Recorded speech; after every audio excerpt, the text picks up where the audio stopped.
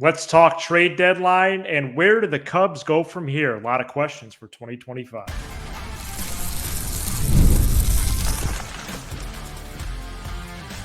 You are Locked On Cubs, your daily Chicago Cubs podcast, part of the Locked On Podcast Network, your team every day. You are Locked On Cubs, part of the Locked On Podcast Network, your team every day. Alongside Sam Olber, I'm Matt Cozy. Sam and I are lifelong fans taking our passion into discussion with you on all things Cubs. Thank you for being part of the show and making us your first listen today. And the best way you can help us grow the show is to listen every day, like the video, and comment anything below. Today's episode is presented by Prize Picks, the easiest and most exciting way to play daily fantasy sports. Go to prizepicks.com/LockedOnMLB and use code LockedOnMLB for a first deposit match up to $100. The trade deadline is behind us, and the Cubs finished with a more buyer's approach than a seller's, actually. It all began last Saturday when the Cubs got reliever Nate Pearson from the Blue Jays, and the following day they pulled off a shocker, trading for perhaps the best offensive player to be moved this season in Isaac Paredes by trading away Christopher Morel and two prospects. Then on Tuesday, the actual deadline day, the Cubs did trade Mark Leiter Jr. to the Yankees for two prospects. Maybe this shouldn't be a surprise of a deadline, Sam, since Jed Hoyer has intentions of winning sooner rather than later. But for a team that is in last place in the NL Central and not many open spots on the roster, when you do preview 2025, which is what Jed Hoyer wants us to do right now, this does leave more questions than answers, especially in what was a heavy seller's market. It was a disappointing day and a disappointing season. There's no doubt about it. Now, you can't get into what Jed should have done because we don't know what the offers were. From what I've heard, nobody wanted to spend. Nobody wanted to take on money this trade deadline, and that's a bigger picture thing. That is something we probably need to discuss in the offseason because, as we learned in last offseason, baseball's a problem, right? Nobody wants to spend money. Maybe they don't have it, but that's neither here nor there right now. My hope with this trade deadline was to create fun questions for 2025. My hope was to create positional flexibility, financial flexibility, because this team needs a star player. Jed Hoyer continues to talk about, hey, last year's offense was good, this, and this. Last year's offense was good because for a 2.5-month stretch, Cody Bellinger was one of the three best hitters in the National League. And everybody filled in from there. There are plenty supporting cast members, supporting cast Academy Award winner, supporting actors. Seiya Suzuki could be that. Ian Happ could be that. Michael Busch could be that. But they cannot carry an offense. And this team needs that. And what did they do? They went out, they got another nice player in Isaac Paredes. But as you said, as it stands right now, and there's a lot of time between right now and March of 2025. But right now, Ian is your left fielder. PCA is your center fielder. Cody Bellinger is your right fielder. Seiya is your DH. Paredes is your third baseman. Dansby Swanson's your shortstop. Nico Horner's your second baseman. Michael Busch is your first baseman. You have room to add a catcher. If Matt Shaw and Casey and Ballesteros all continue to go, where are they going to fit? They're blocked by mediocrity. They're blocked by a last place team. This is a last place team. I've never heard of this. This is a last place team that has the majority of their positions locked. I was hoping they were going to free up some financial flexibility so they could go out and get somebody big, maybe trading a position player to open that up. And they still can do that. They still have plenty of money coming off the books at the end of this year.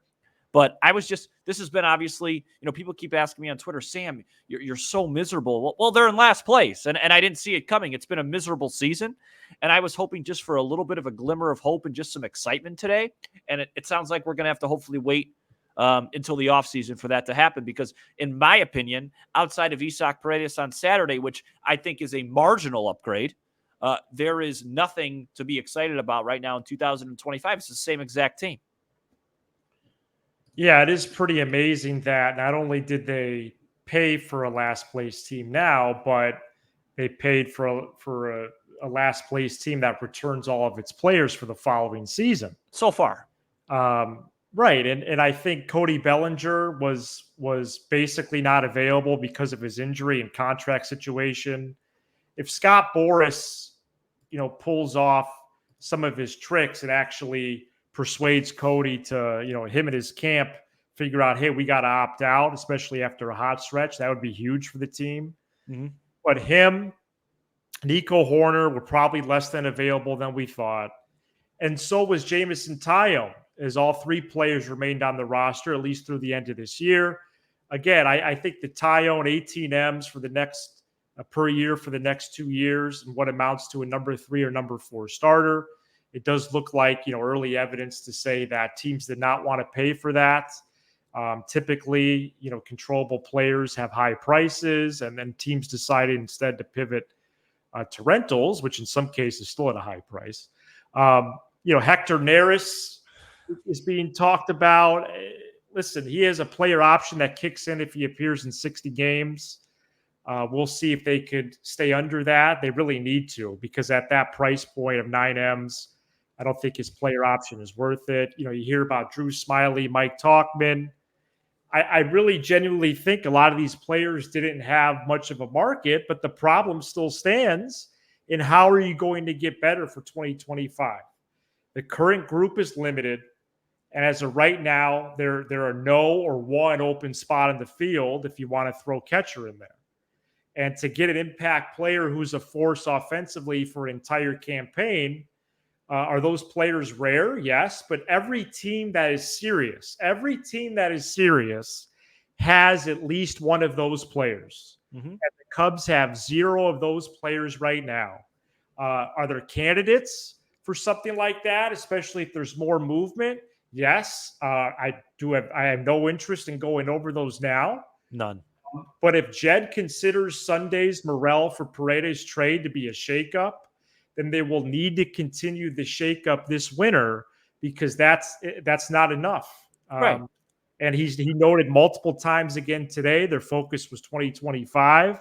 I think that was appropriate given this roster. But what I thought would have been packaged in that appropriate category as a last place team at a seller's market would be to actually sell players. Yes. And they made one true sell trade today. Leiter sold high for 2 prospects who are playing well. Yeah, one of them's out for the season. I agree with everything you said. Everything's still on the table. It's just going to have to be a really busy offseason. I just thought they'd get a jump start on it. The only thing that they did for 2025 was take care of third base, which isn't small. But again, they can't do it. They can't just dip their legs in it, right? Like last year, for example, they had a hole at first base. They made a cost-saving trade for Bush. They brought back Bellinger. They did the bare minimum to put out a product on the field that you thought could be really good. They need to do something big. And Matt, we know that they have a spending limit. Tom Ricketts has publicly stated that he does not plan to go over the first luxury tax. So when you do the math, You'll have $20 million, say at $20 million, Bellinger for 26, Dansby 25, Tyone 18, right? You got Hendricks coming off the books. You got Smiley coming off the books, Bodie, Mancini. Are you going to have enough financial capital to go out and get a star player? Or are you going to have enough room as a position player? You're going to have to do a lot. And I just thought they could get a jump start on it today. They didn't do it. And, then they followed up and played terrible once again. It's just frustrating. It's just, you just kind of, sometimes you just have to take something as a sunk cost and just take a loss. And it just feels like in every aspect, the offseason, going into the year, the baseball season, the trade deadline, it's just all been bad. It's just been a loss. 2024, I thought was going to be a really fun year, and it has not been. And so you turn your eyes towards 2025 and you're looking for some hope, but it didn't happen today. Hopefully it happens sometime around Thanksgiving. Jed Hoyer did say that he expected at least one more trade. Quote, "It's hard to get a trade from concept to conclusion. So many deals fall apart along the way." we had some deals that we thought were close. For whatever reason, they went away at the end. Close quote. And then really for the first time ever, he hinted at some of what the whole fan base has been discussing and what we've been discussing on this show.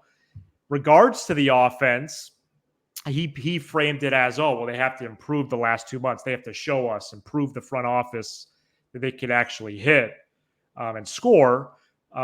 Saying this, quote, if that doesn't happen, then there will be a lot of questions going into the offseason on how we fix the offense with the same players that went from a very good offense in 23 to a well below average offense in 24, close quote, which is exactly what Sam is saying right there. And can I comment on that? There's a lot of mountains to climb. Can I comment on that? That I didn't hear that. That terrifies me.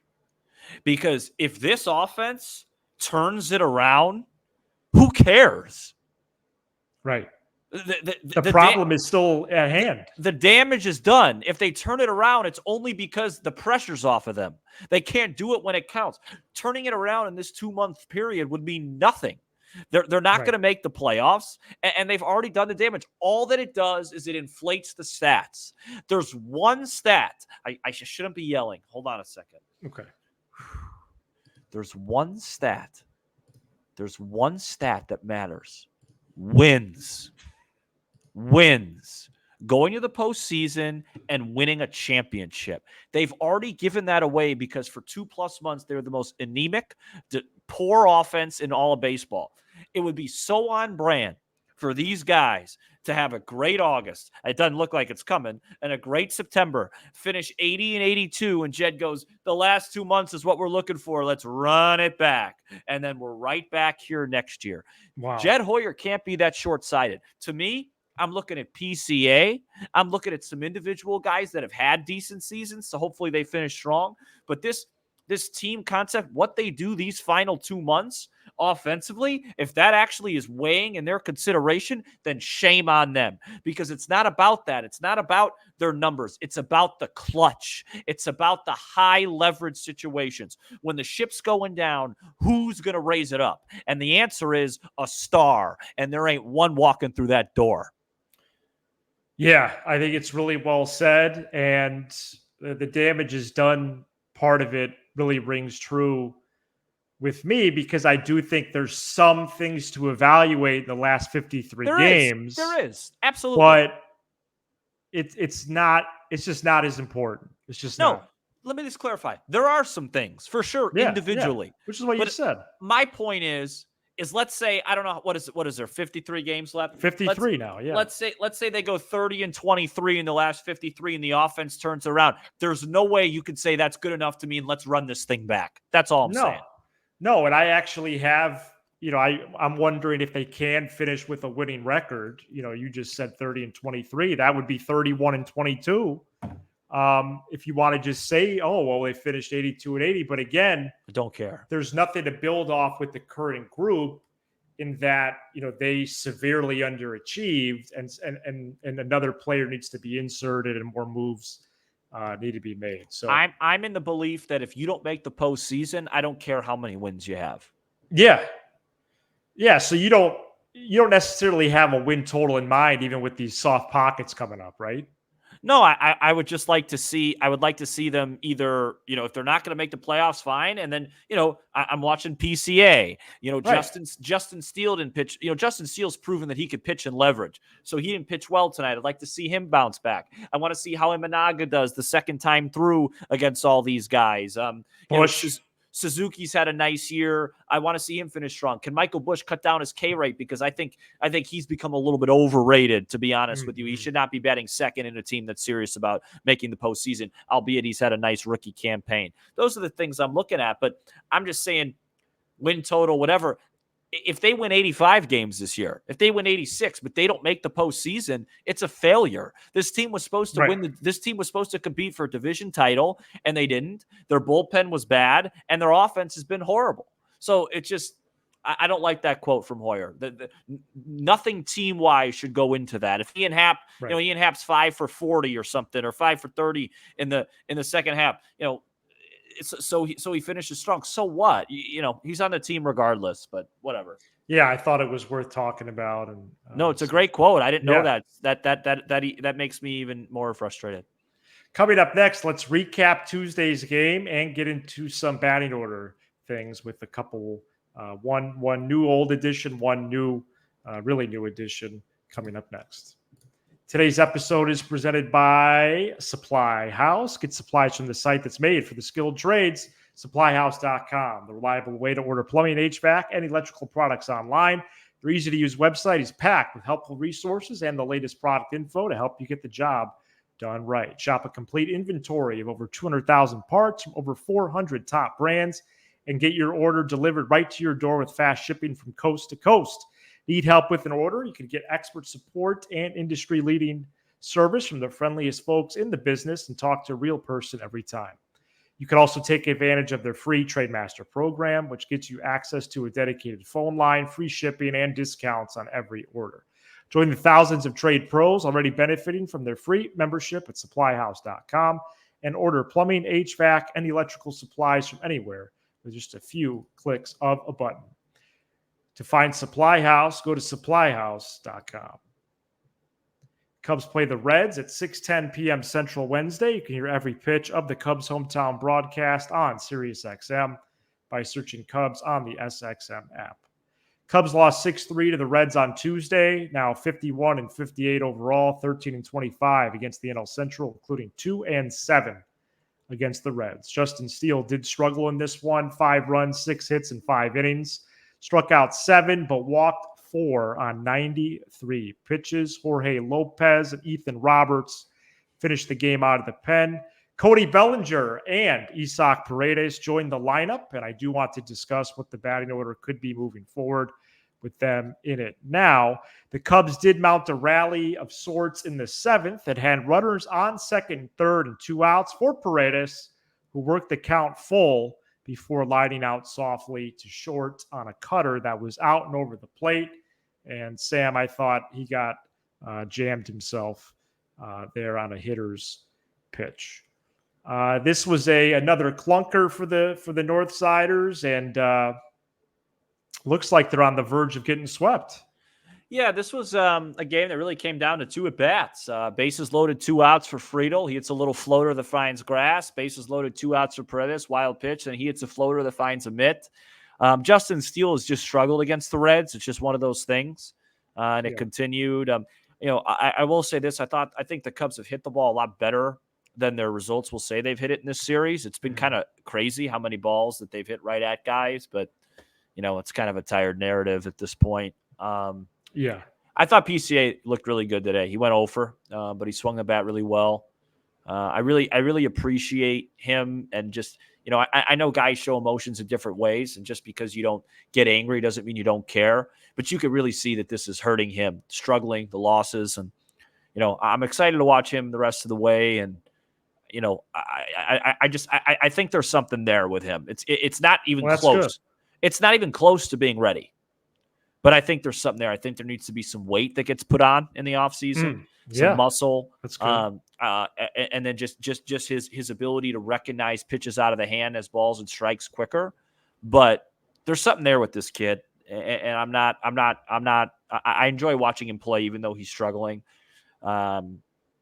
Steele struggled. It is what it is. It's a team that has a bugaboo. But when he struggles, it feels like he doesn't kind of stop the bleeding, just keeps attacking the zone early, and then he's either walking guys or he's giving up big first pitch hits. You know what I mean? It's just nonstop. I thought Paredes, he had an offer, but he didn't strike out. He hit the ball all right, just didn't find any grass. And Bellinger hitting the home run, that's something to watch. If he can get really hot and get him to opt out of that deal, that'd be tremendous. But let's talk about the lineup. I thought Matt. This is the thing. On paper, the lineup looks good. It looks like a good lineup. It was notable tonight for sure. It's so unbelievably believable that this team just continues to struggle. I mean, look at the lineups today. You're telling me that they have a better lineup than we do? Right. There's no way. Happ, Bush, Suzuki, Bellinger, Paredes, Horner, Swanson, PCA, Amaya, India, De La Cruz, Steer, Stevenson, Candelario, Friedel, Fairchild, Marte, Espinal, who had 4 hits. I know, and Hap led off for the first time since way back on April 17. And I think he should keep leading off. Here's my lineup the rest of the way, Sam. Hap, Suzuki, Bellinger, Paredes, Bush, Horner, Swanson, PCA, and Amaya. It's a little bit different from Council's tonight.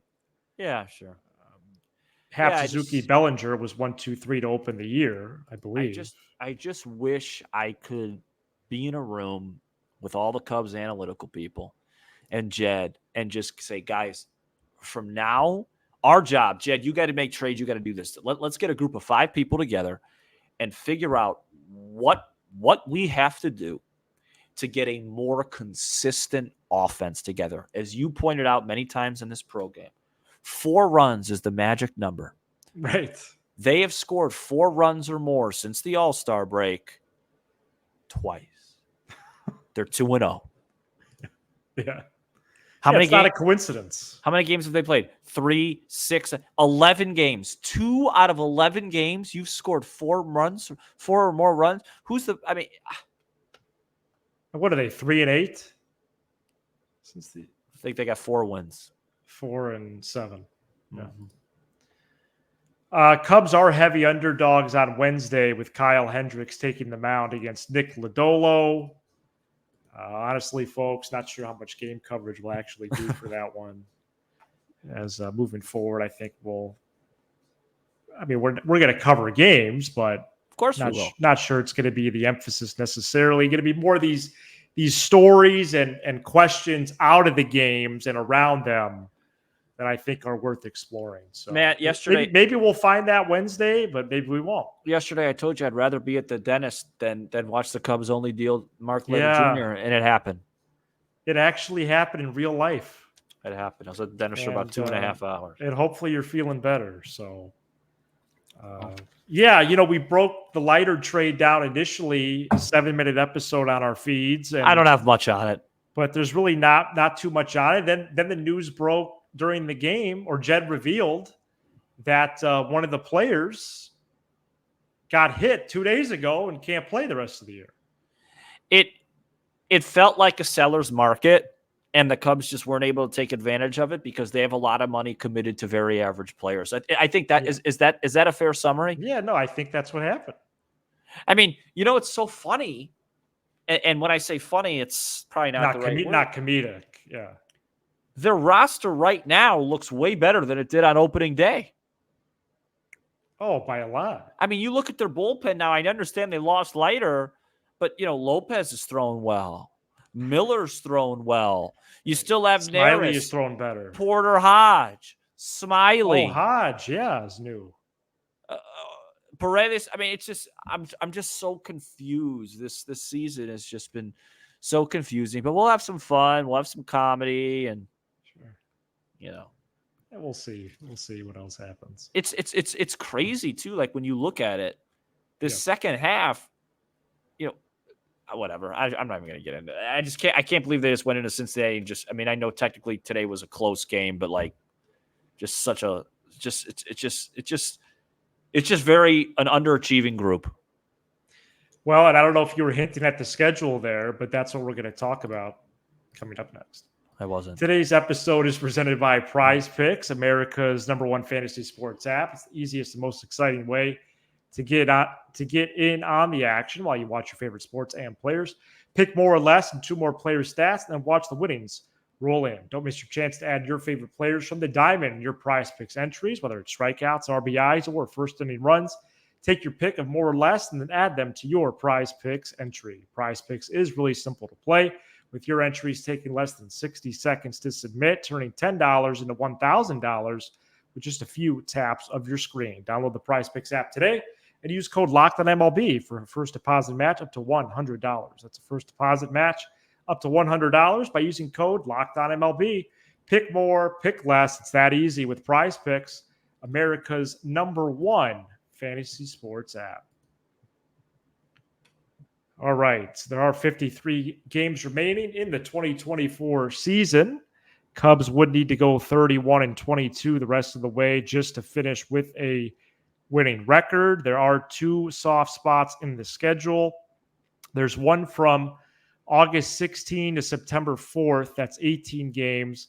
And also one from September 13th to 22nd. That's 10 games. Then they also play 2 games at the White Sox. So quick math there. That's 30 of the remaining 53 that are so-called soft schedule games, which is over half of the rest of the year. And Sam, especially given what did and also didn't happen at the deadline, and like you said, the roster from opening day to now, I do think the Cubs could win more of these games than that. Oh, they're going to have a good August and September, and they're going to get some people to buy right back into this for sure. Okay. Can I make you laugh for 1 second? Yeah. Do you know what the White Sox record would be if they won all 52 of their final games? Oof. They went 52-0 in their next 52. Let's see, 52. Would they have even like 75 wins or something? They'd be 79-83. 79-83. If Okay. they went on a 52 game win streak. I don't know if they're going to win 40 after the fire sale they had. Hopefully the Cubs don't have to face Crochet. I think two or do. Two things I think have been under talked about in this season. Okay. Number one, just how historically bad the White Sox are. Number two, what Aaron Judge is doing. I don't think it's being talked about enough. This is his third. This is his third straight season. He's on a 60 homer pace. Last year he had 37 home runs in 106 games before he got hurt. That's a 60 home run pace. That's where my eyes are going. Yeah, no, I want to watch the Yankees more. I want to watch the Dodgers more, the Phillies, the Orioles, perhaps. Aaron Judge is possibly one of the greatest players of all time. At least, I mean, the slugging. And the White Sox 2024 might be the worst team of all time.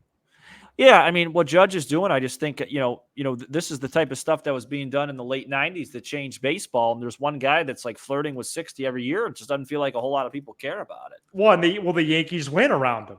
And he's doing it cleanly, and he's doing it for like the best organization in sports history. And he seems like a super cool, awesome guy. Like I just feel like if we're not going to rally around Judge, what do we rally around? Yeah, Michael Jordan ain't walking through that door. I might have to check in on Locked On Yankees from time to time. Yeah, I don't know. I mean, what are we supposed to do? Rally around Michael Bush? Thank you so much for checking out this edition of Locked On Cubs. Great job by Sam this episode.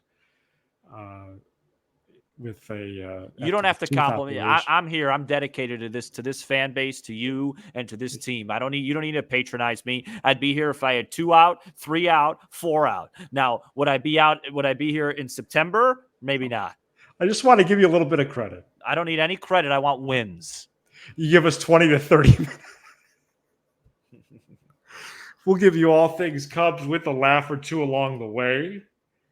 Be sure to hit subscribe on YouTube, smash the like button for the algorithm, and leave a 5-star review on Apple, Spotify. Diamondbacks are up 10-0 against the D-backs. They're going to make another one to the World Series, and Ricketts is going to model himself after that. Now for your second listen, enjoy the Locked On MLB podcast. Host Paul Sullivan, a.k.a. Sully, is here. Where? Here, daily, to provide national expertise with his trademark humor. To help you get ready for the MLB playoffs here in the dog days of summer. Prepare for the Fall Classic with Sully, who has it all covered every single day on Locked On MLB, available on YouTube or everywhere you get your podcast, part of the Locked On Podcast Network, your team every day. Back at it tomorrow in Cubs land as they wrap up a series with the Reds, and we'll also continue to discuss their direction moving forward. He's Sam Olber. I'm Matt Cozy. This is Locked On Cubs. There is momentum happening here. It's a bad take.